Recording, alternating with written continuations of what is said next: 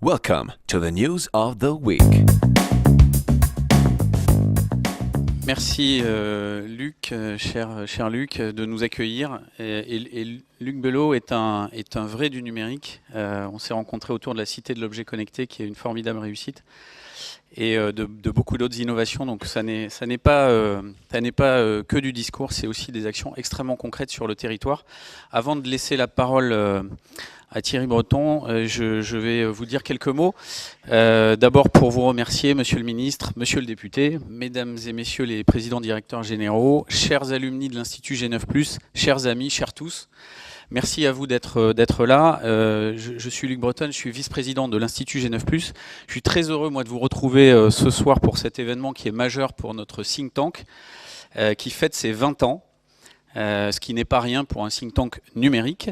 Et on a bien entendu une pensée émue ce soir pour les victimes des lâches attentats qui ont touché Paris et la France en novembre dernier, puisque nous avions bien évidemment décidé de remettre nos réflexions à 2016, puisque initialement cette soirée devait se passer le 19 novembre dernier.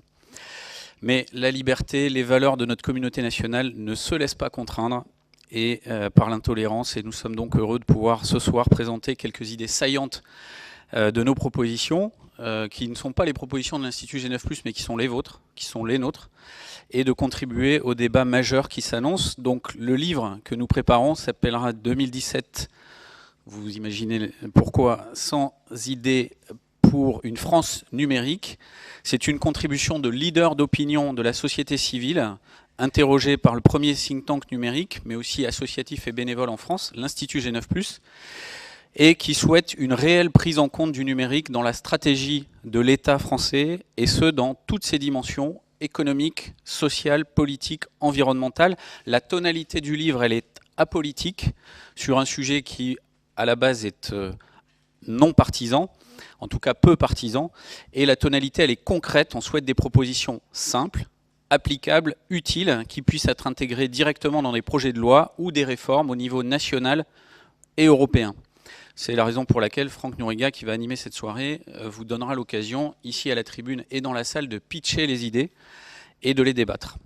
Il est néanmoins tout à fait possible que certaines idées soient partiellement contradictoires ou qu'elles éclairent une problématique de façon très différente. Et ça exprime juste une pluralité qui est nécessaire à l'expression de chacun, et nous, on l'assume. Et il n'y a pas de problème avec ça. Pour autant, la qualité, l'implication dans la société des leaders d'opinion que nous avons choisis collégialement à l'Institut G9+, pour écrire ce livre, on pense que c'est un gage d'opérationnalité de ces idées. L'Institut G9+, se fait donc le porte-voix d'idées qui restent la propriété de leurs auteurs. Et comme toutes bonnes idées, on ne s'interdit pas de les copier et de les cloner. Alors certaines de ces propositions sont déjà publiées en format court sur le site web que je vous invite à parcourir, qui s'appelle france-numérique.com, et dans les éco-business ou encore l'usine digitale de façon hebdomadaire depuis la fin de l'année dernière. Notre objectif, c'est simple, c'est amener par le biais d'acteurs qui sont largement non politiques des idées qui puissent placer enfin le numérique au cœur des programmes des différents candidats à la présidentielle. Je passais ce midi là, j'ai été questionné par un journaliste de France Info qui me disait mais finalement ces idées on les a déjà, à quoi bon, et de me citer tout ce que l'on fait déjà de bien avec la French Tech, avec les initiatives autour du numérique, les secrétariats d'État et autres. Et je lui répondais simplement que nous, ce qu'on souhaitait, c'était changer de braquet, parce que si la France ne change pas de braquet, le retard que nous sommes en train d'accumuler, que les Français le plus souvent ignorent, va se creuser. Contrairement à d'autres grands pays et d'autres continents comme les États-Unis, la Chine, le Japon, on ne profite pas suffisamment des bénéfices de la croissance qui est générée par l'industrie du numérique. Alors, vous avez peut-être lu, pas plus tard qu'hier, c'est tombé dans les échos, que la Fédération des industries allemandes, la BDI, a sorti une étude réalisée par Roland Berger qui pose clairement les enjeux. Si l'industrie européenne investit massivement dans la transformation digitale, elle pourrait voir sa valeur ajoutée augmenter.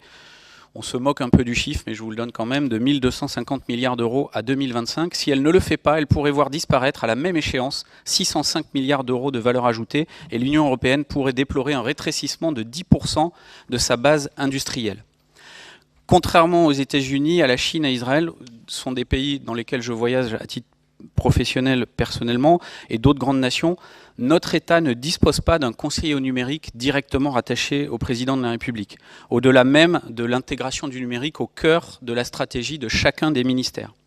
Que dire de nos startups, qui sont les meilleures du monde? On l'entend tous les jours à la radio, à la télé en France, qui croissent sur leur marché national comme des poissons à la mesure de l'aquarium dans lequel elles sont. C'est-à-dire qu'elles méritent un marché continental auquel elles n'ont pas accès pour des problèmes de régulation, à minima franco-allemand homogénéisé, non seulement en termes d'infrastructure réseau ou de régulation, la même pour tous les acteurs, quelle que soit leur activité, qu'elle soit adhérente au territoire ou over the top, mais aussi en termes de standards sur les grandes tendances de l'innovation mondiale.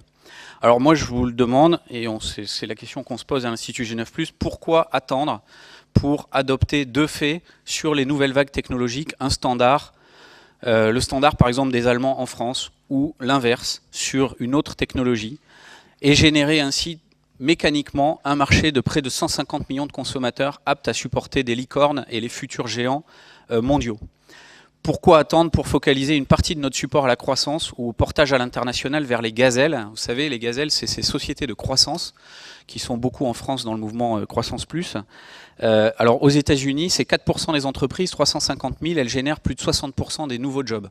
Et ça, c'est déjà une étude ancienne. Si ça se trouve, le ratio est encore plus fort. Pourquoi attendre enfin, et je m'arrêterai là, les crises sociales ou le développement indécent du travail au noir pour travailler autour de la prestation de services et des cotisations sociales associées, confèrent les problèmes avec Uber qui émaillent notre société et qui font une pub redoutable à l'étranger.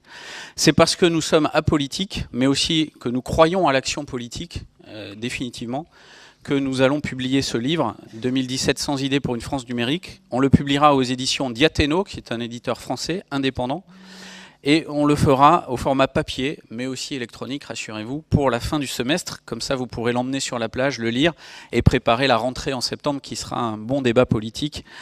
Un petit extrait vous a été remis. Si vous ne l'avez pas, exigez-le. Ce sont quelques idées en format court et vous aurez évidemment l'intégralité dans le livre.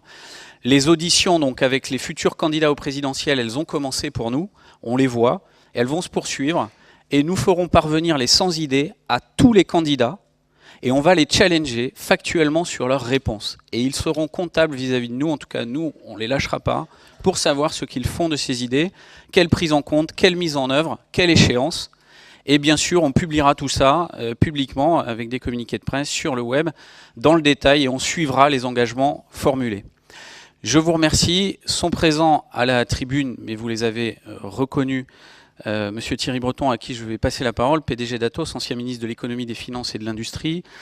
Thibault Langsad, vice-président du MEDEF, cofondateur d'AlgoLinked. Viviane Chen-Ribeiro, PDG de Talentia Software, présidente de la Fédération Syntec. Véronique Reissoult, administratrice de SQLI, chroniqueuse à iTélé, enseignante MBA chez CELSA, Sorbonne. Sandra Legrand, qui est à la gauche de M. Breton, qui est la présidente de Calidea et qui est la vice-présidente de Croissance Plus. Yves Poilane, qui est à ses côtés, directeur de Télécom Paris Tech. Voilà, c'est une brochette magnifique, j'en salive d'avance comme vous, et je m'empresse de passer la parole à M. Breton, que je remercie chaleureusement de sa présence.